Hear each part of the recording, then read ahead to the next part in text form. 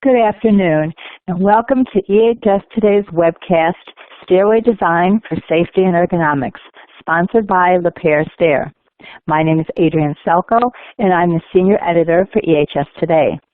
Before we begin, let me explain how you can participate in today's presentation. First, if at any time you are having audio difficulties or slides are not advancing, simply hit your F5 key to refresh your webcast console. If you are having technical difficulties during today's session, please press the Help button on your player console to receive assistance in solving common issues. This webinar technology allows you to resize the presentation by clicking the Maximize icon or by dragging the lower right corner to enlarge the window. We welcome your questions during today's event. To submit questions, simply type them into the Q&A window on the left side of your screen and hit the Submit button. We'll be answering as many questions as possible during the Q&A session that will follow the main presentation, but feel free to send your questions in at any time. Also be aware today's session is being recorded and it will be available on the EHS Today website within the next week for you to review. You'll be notified by email when the archive is available. The Lapeyre Stair logo on your console is hot link. If you want to visit the website during the webcast, you can click on the logo and a new window will open. It will not take you out of the webinar. And now I'd like to introduce our presenter. We have with us today Ashton Pratt, who is the Commercial Operations Manager for Lapeyre Stair. In his 10-plus years experience in the metal stair industry, he has helped develop and launch products to improve the safety and ergonomics of access devices in industrial and commercial applications. He has provided technical consulting to facility managers, safety professionals, and engineers on best practices to specify and design safe and ergonomic stair and access solutions for space-confined layouts. Welcome, Ashton. The floor is yours.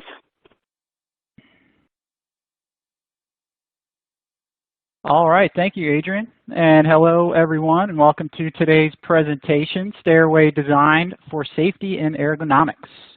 And thank you, everyone, for joining, and thank you to EHS Today for hosting. So the presentation will focus on stairway design as it is defined by OSHA and IBC. And we'll go through the different definitions and design criteria. And then we will review the different types of steep angled stair devices for space-restricted applications and the safety data of different stair design variables. And finally, we will present a process for choosing the safest, most ergonomic stair device for each application. So in a very broad sense, OSHA is the division of the U.S. Department of Labor that sets and enforces the standards related to working conditions. So as that relates to stairs, OSHA stair applications are specific to workplace areas that are not publicly accessible. And IBC is the most widely adopted standard for publicly accessed buildings. So IBC rules govern any stairs which can be accessed by the general public. And here are typical applications for each. OSHA applications usually are for equipment access or crossover systems or operator work platforms, possibly catwalks for equipment or maintenance. And then IBC will apply to any building access, including mezzanines or in-plant offices. A quick check for determining which code might apply is a couple of questions. If the stair is accessible only to workers as part of work operations, then it's probably an OSHA application. If the stair is accessible to the public or accessing part of the building structure, it'll be an IBC stair. So now I'll go through the components of stairs and how they are defined by OSHA and IBC. So here are the definitions of stair components as defined by OSHA on the left and then IBC on the right. And I won't read through all of them here, but a few things to note.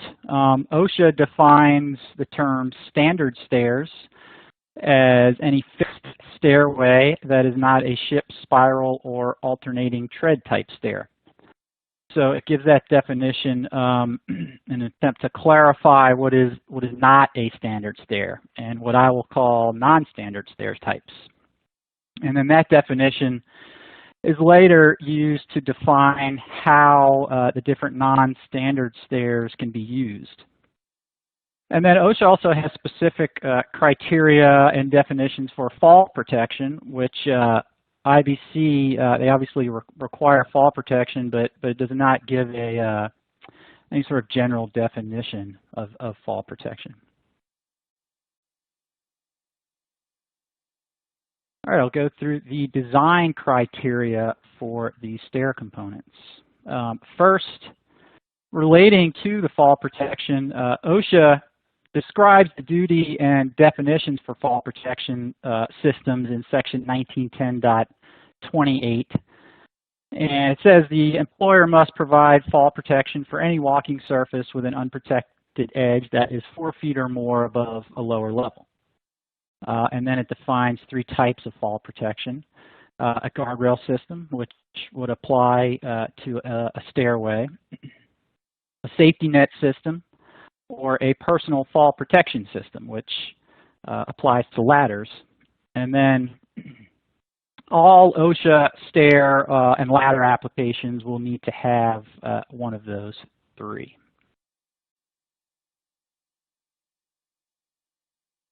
So for standard stairs, OSHA and IBC provide specific design criteria for the stairway width, the angle, stair height over a single run, the headroom clearance, and stair landing widths.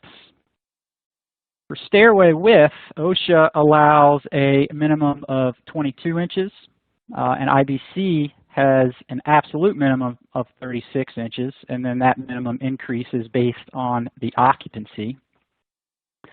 So OSHA allows a much narrower stair because typically OSHA stairs will not be used as a means of egress. For stair angles, OSHA provides a range from 30 to 50 degrees, whereas IBC does not specify an angle, but the angle can be calculated based on the max and min, or the min and max tread and riser heights. And that calculates to roughly between 20 and 32 degrees. So OSHA allows a much steeper stair for its standard stair design. But we'll see in the next slide, OSHA, they also provide the min and max tread and riser heights, and based on those, the actual max angle of an OSHA stair is more like 45 degrees. So it's still steeper than IBC, but not as steep as that 50 degree. For the max height in a single run, OSHA does not specify that. IBC maxes out at 12 foot. And then for headroom clearance, they both require the 80 inches.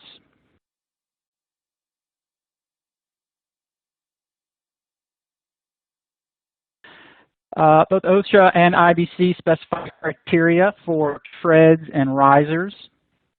The IBC standards for minimum tread depth is 11 inches and max riser height is 7 inches.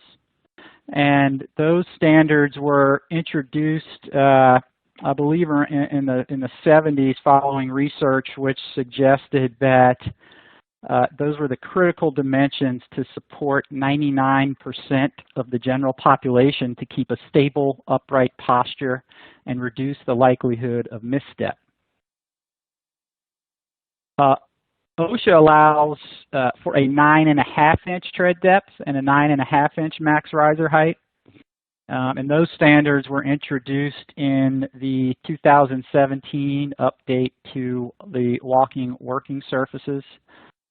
Prior to that, OSHA did not mention tread depth, but rather they just specified the maximum angle of the stair.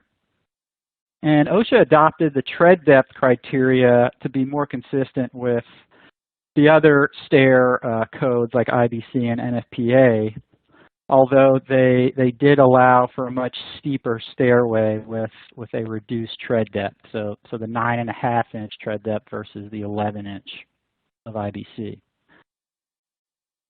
And then both OSHA and IBC, they have specifications for the uniformity of treads and risers within stair runs.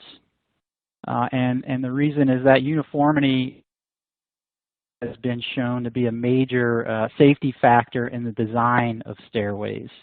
So OSHA just says that treads and risers must be uniform. And then IBC actually gives specific dimensional tolerances for treads over a run.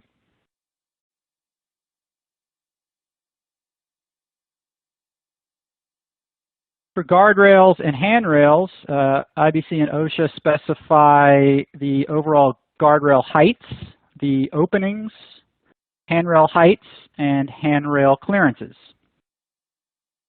Both of them require a 42-inch tall guardrail on either side of the stairway.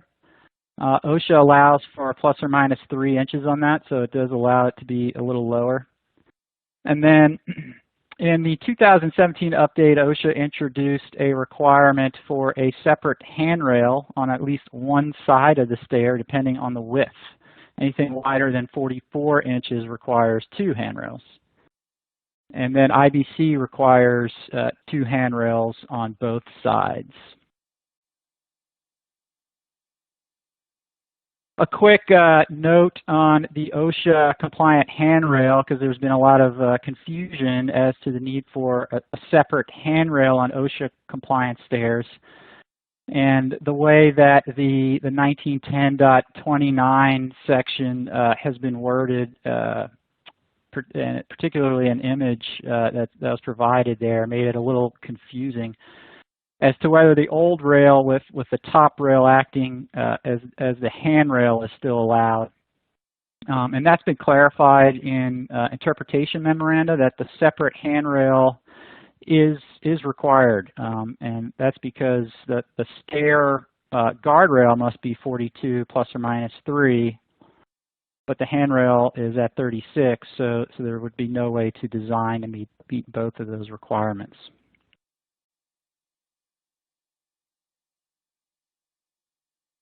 Next, we'll go through the applications with space restrictions and the non-standard stair types.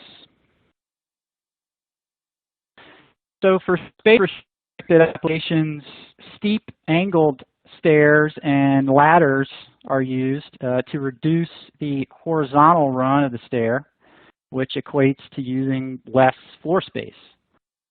So this chart shows the difference in floor space needed between a 45-degree OSHA compliant stair in the blue, and then a 68-degree non-standard stair in the middle yellow column.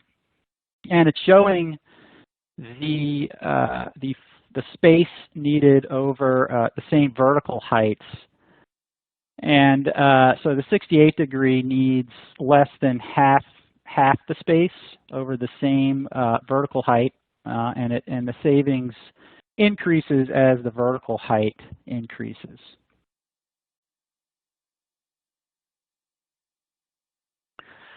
And OSHA and IBC both address a few different types of steep angled stairways. OSHA defines them all together as not being standard stairs.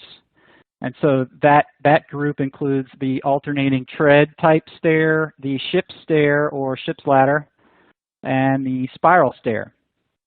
And then a fixed ladder is a separate type of device, but it's also used for space-restricted applications.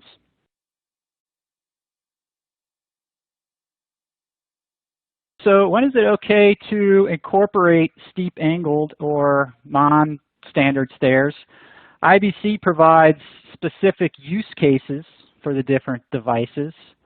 And here is a use case for alternating tread stairs, and the ship stair use case is very similar.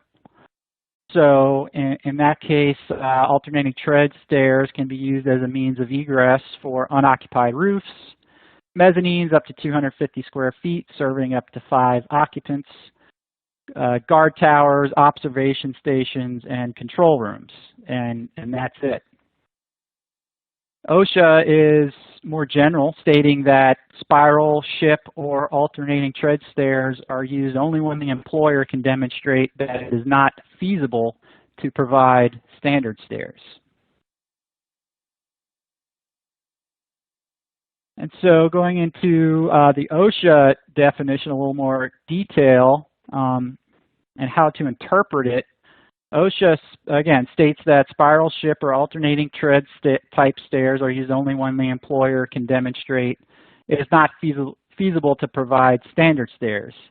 And they leave it to the employer to interpret the definition of feasible. And they say in the Federal Register that the language in the final rule, this is the 2017 final rule, the language in the final rule gives employers greater flexibility than the previous language. And the final rule limits the use of non-standard stairs to those circumstances where, based on specific case-by-case evaluations and demonstrations, it is not possible to use standard stairs. So typically that case is space restrictions, although it could be any reason as long as the employer can make that case as to feasibility.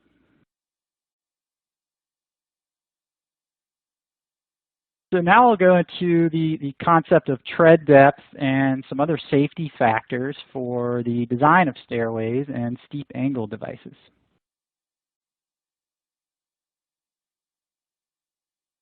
First, look at the different devices and how their steepness of angles differ. For stair angles, OSHA defines the angles for every type of device. IBC only specifies angles for the alternating tread, and then for the rest you can calculate the angles based on the max and min tread and riser dimensions. And in general, IBC angles are less steep than what OSHA allows. For standard stairs, we already saw OSHA allows up to 50 degrees. In practice, that's more like 45 degrees. And then IBC allows up to 32 degrees. Alternating tread stairs can be between 50 and 70 degrees for both. OSHA ship stairs or ship's ladders can be up to 70 degrees. The calculated max angle for an IBC ship stair is 63 degrees. A quick note on the difference between a ship stair and a ship ladder. A ship stair is a device that's descended face forward in the direction of travel, whereas a ship's ladder would be a device facing or a back down descent. And so depending on the steepness of angle, some ship stairs can be face forward descents in the shallower region of that 50 to 60 degrees. Anything steeper would need to be back down. And then for ladders, OSHA, it falls between 60 and 90 degrees. Of course, those are always back down devices. And then an important concept to understand is the usable tread depth. And the steeper a device gets, the less usable tread depth it provides. And that's, as we'll see, a very important factor in the safety of steep devices. And so OSHA's definition of tread depth is that tread depth is measured horizontally between the vertical planes of the foremost projection of adjacent treads and at a right angle to the tread's leading edge. So it's a measure of the horizontal surface that is available for the user's foot to rest as they ascend or descend. And again, it's a very important safety factor in the design of stairways. And both OSHA and IBC provide minimum tread depth requirements for each type of device. And we already saw for standard stairs, IBC requires a minimum of 11 inches. OSHA allows 9.5 inches. And again, IBC established the 11-inch standard because it was demonstrated to be the critical dimension to support 99% of the general population to keep a stable, upright posture while walking and reduce the likelihood of a misstep. For alternating tread stairs, both require a minimum of 8.5 inches. For spiral stairs, they both allow 7.5 inches. For ship stairs, OSHA allows down to 4 inches, and then IBC requires 5 inches. And then neither have specific requirements for ladders.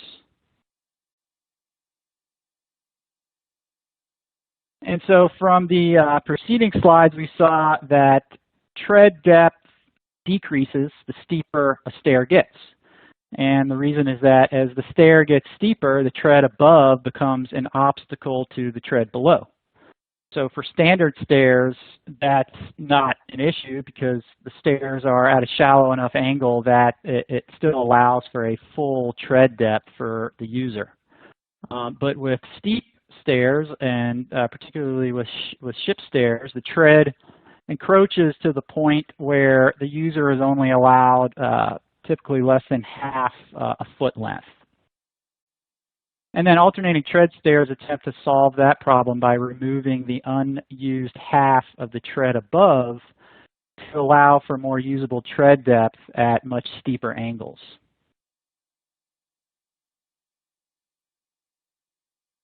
So I mentioned that tread depth is an important safety variable for stairs, and it's listed in the most recent Human Factors and Ergonomics series, Fall Prevention and Protection, as a leading design-induced risk factor of stairs.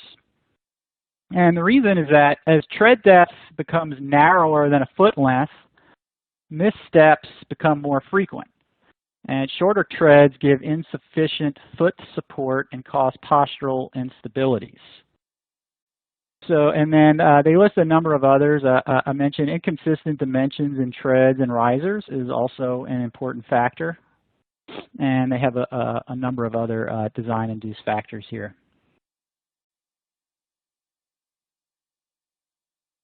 Going back to tread depth, the reason it's a major risk factor is because there's a long history of studies that have shown that reduced tread depth results in missteps, and they force the user to rest only part of the foot on each tread or to twist unnaturally to attempt to get the entire foot on the tread. And both of those cases increase the likelihood of a misstep, and especially when descending a stair.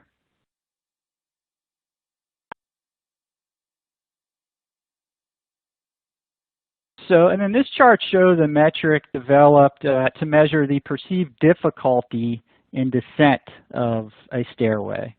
And this is coming from the Fall Prevention and Protection publication.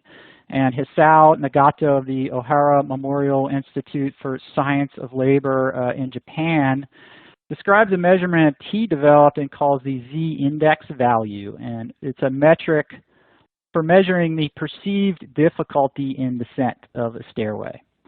So the values were developed using a multiple regression analysis based on perceptual tests of what he called high-risk users, which is defined as people wearing heeled footwear. And these tests indicate an ideal tread depth of 11.8 inches, which correlates to a z-value of 0. And then as the tread depth decreases, the z-value increases proportionally with the perceived difficulty. So higher z-values indicate greater perceived difficulty in descent. So this chart here shows those z-values for different types of standard and non-standard stairways, with the IBC design stair being the least difficult, and then ship stair being the most difficult. A couple of things that jump out here is that there's a large jump in perceived difficulty between an IBC and an OSHA design standard stair, and that's because of the shorter OSHA tread depth. And then there's another very large jump between a spiral stair and a ship stair, and that's because of the extreme narrowness of the ship stair tread. So I'll go into a few other safety factors.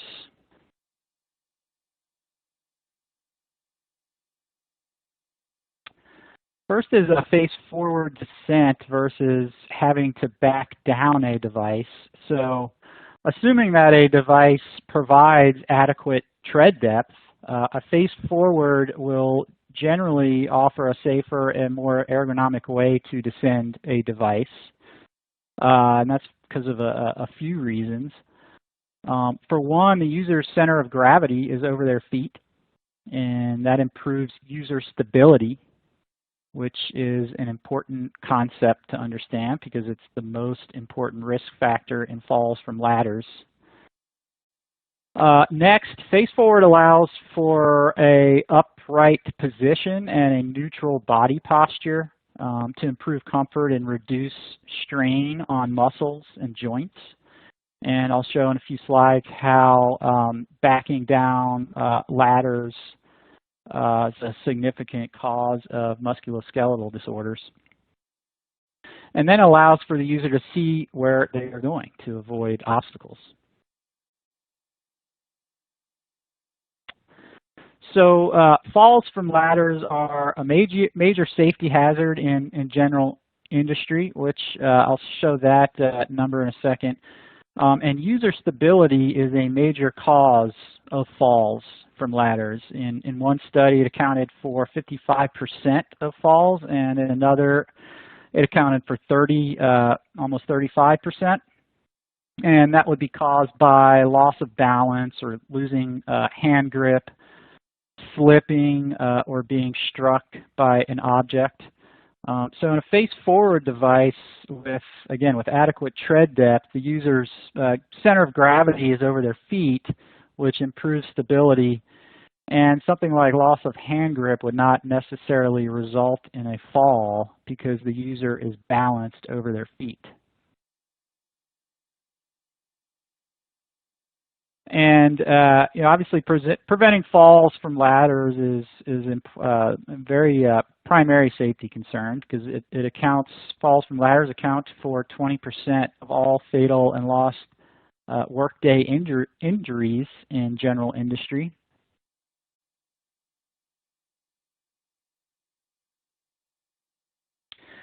And then, as it relates to the ergonomics of ladders.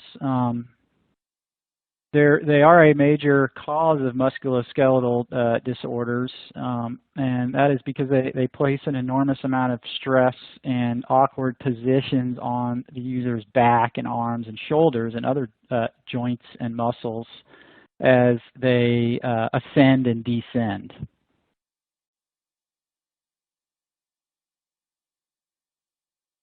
So, what does all that sort of mean for how you should go about designing stairs in a facility? And I'll walk through here our recommendation and process and why we recommend that.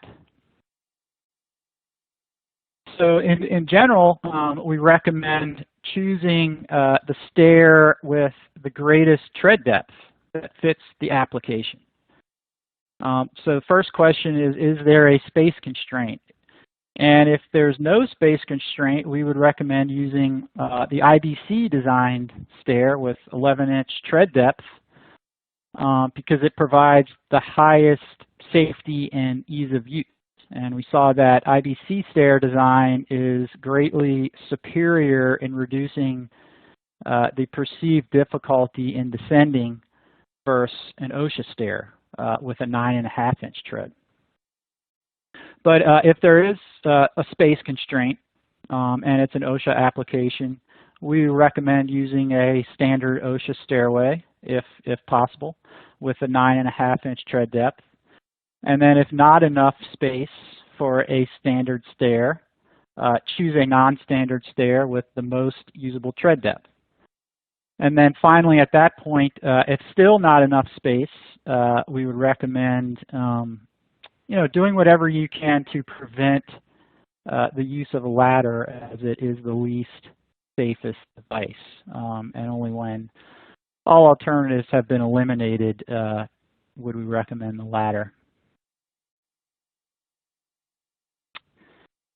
A quick, just a bit more a visual perspective of the tread depth factor, and you can see that a greatly shortened tread depth will leave the user in an unstable position with only less than half of a foot on each tread.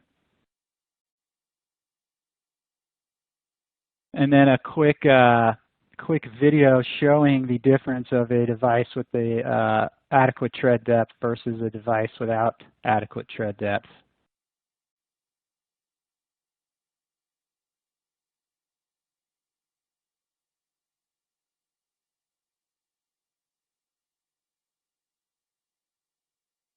And then finally, a final note here on a more direct comparison of the alternating tread stair to a ship stair.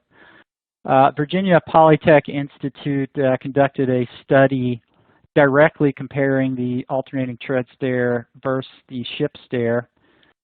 And in that study, test subjects strongly preferred the alternating tread over ship stairs, especially in descent. And there were 73% more missteps overall on a ship stair as compared to an alternating tread, and 129% more missteps when descending with a load on a ship stair versus an alternating tread stair.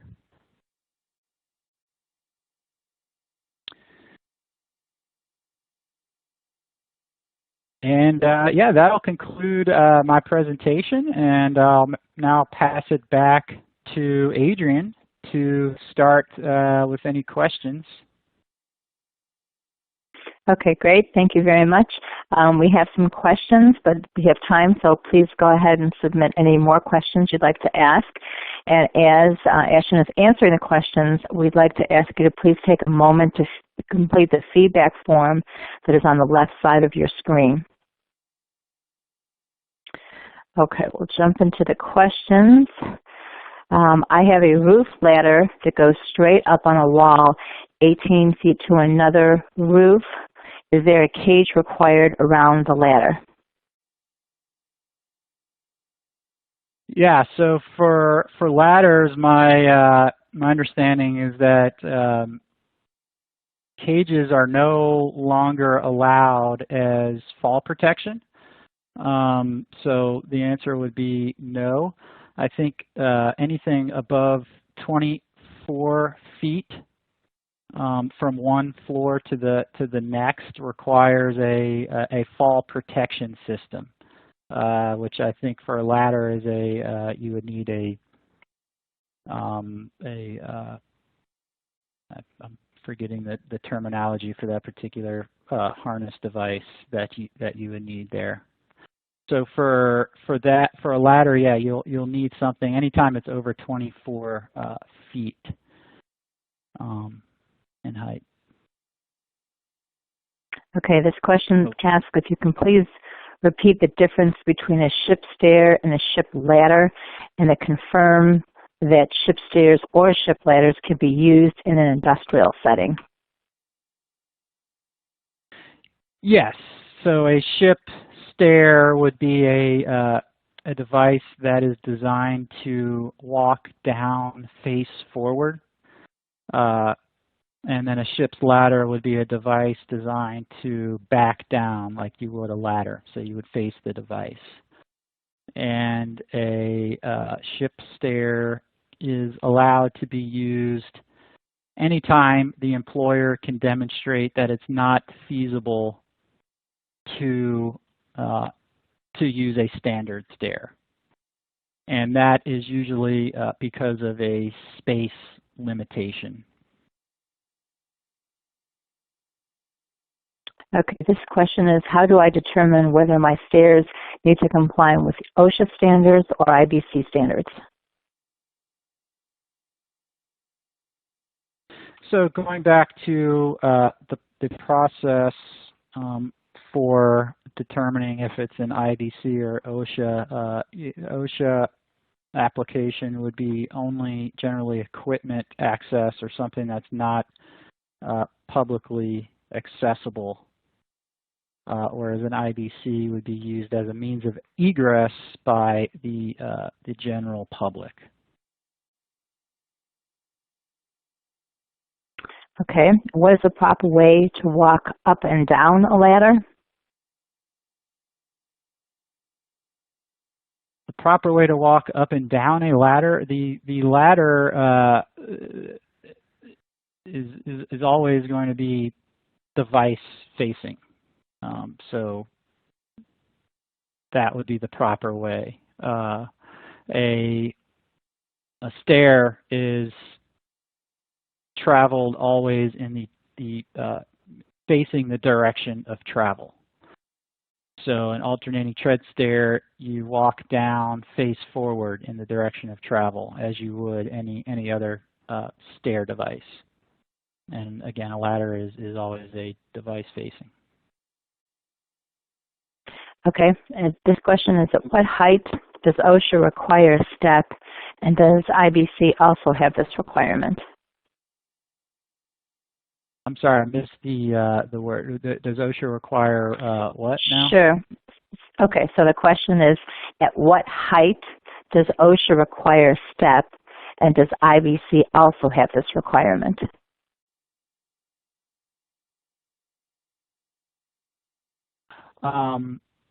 Yeah, I believe, okay, so I think it's, what is the minimum difference in vertical height? I think it's, gosh, I will have to check the answer to that. I'm not 100% confident in what that would be. I know you have to have a guardrail for anything above three risers, but I don't know if you look at just the minimum and maximum riser heights, it would be anything over, for IBC, anything over 7-inch differential, and for OSHA it'd be 9.5 inch.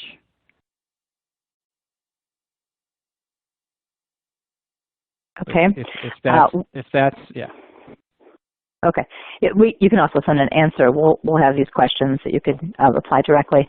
What are the OSHA requirements for fall protection on alternating tread stairs and ship stairs?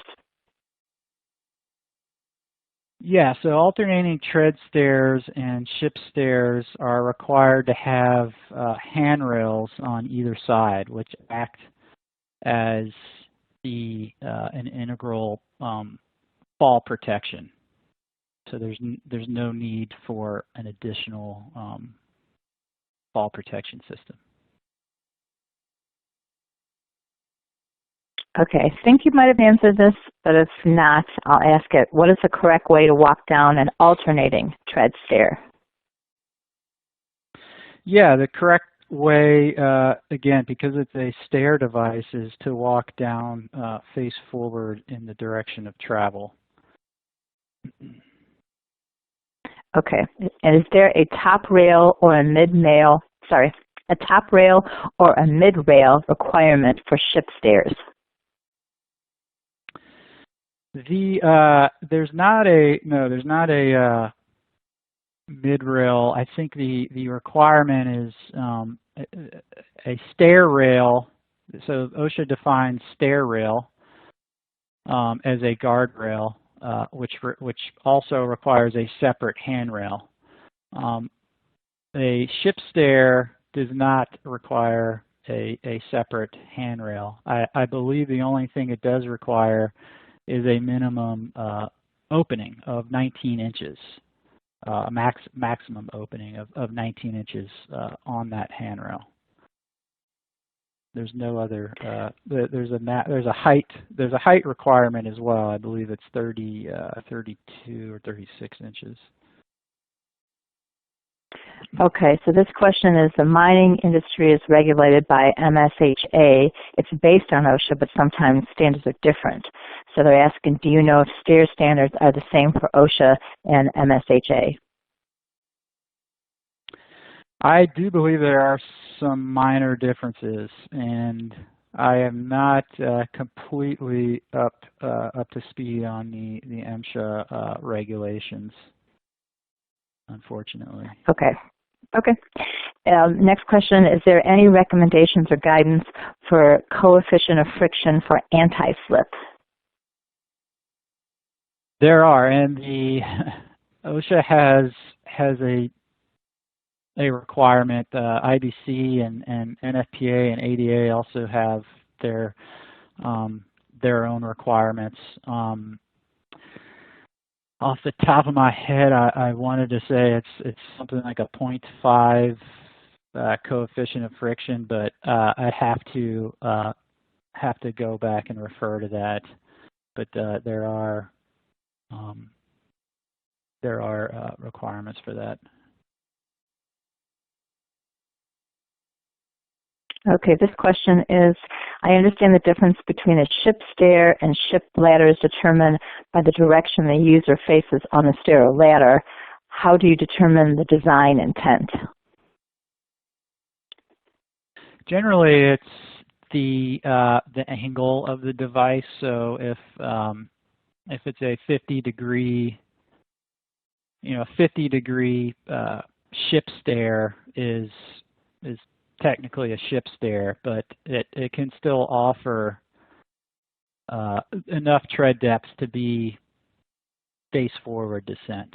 So what the exact angle requirement is there that differentiates between the stair, ship stair versus ship's ladder, I don't know. But I would say anything up to possibly a 56-degree could conceivably be a ship stair.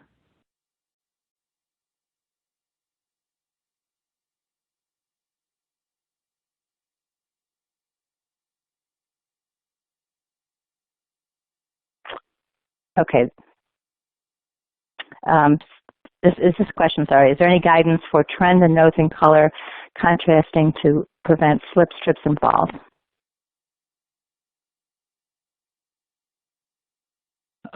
There are. I believe IBC has some requirements. I am not completely familiar with the OSHA requirements for slips, but I do know that a nosing with a contrast does offer some safety benefits. Okay, great. We've covered all the questions. I'd like to thank our presenter, Ashton Pratt, and our sponsor, Lapeyre Stair. And on behalf of EHS Today, have a productive remainder of the day. Thank you.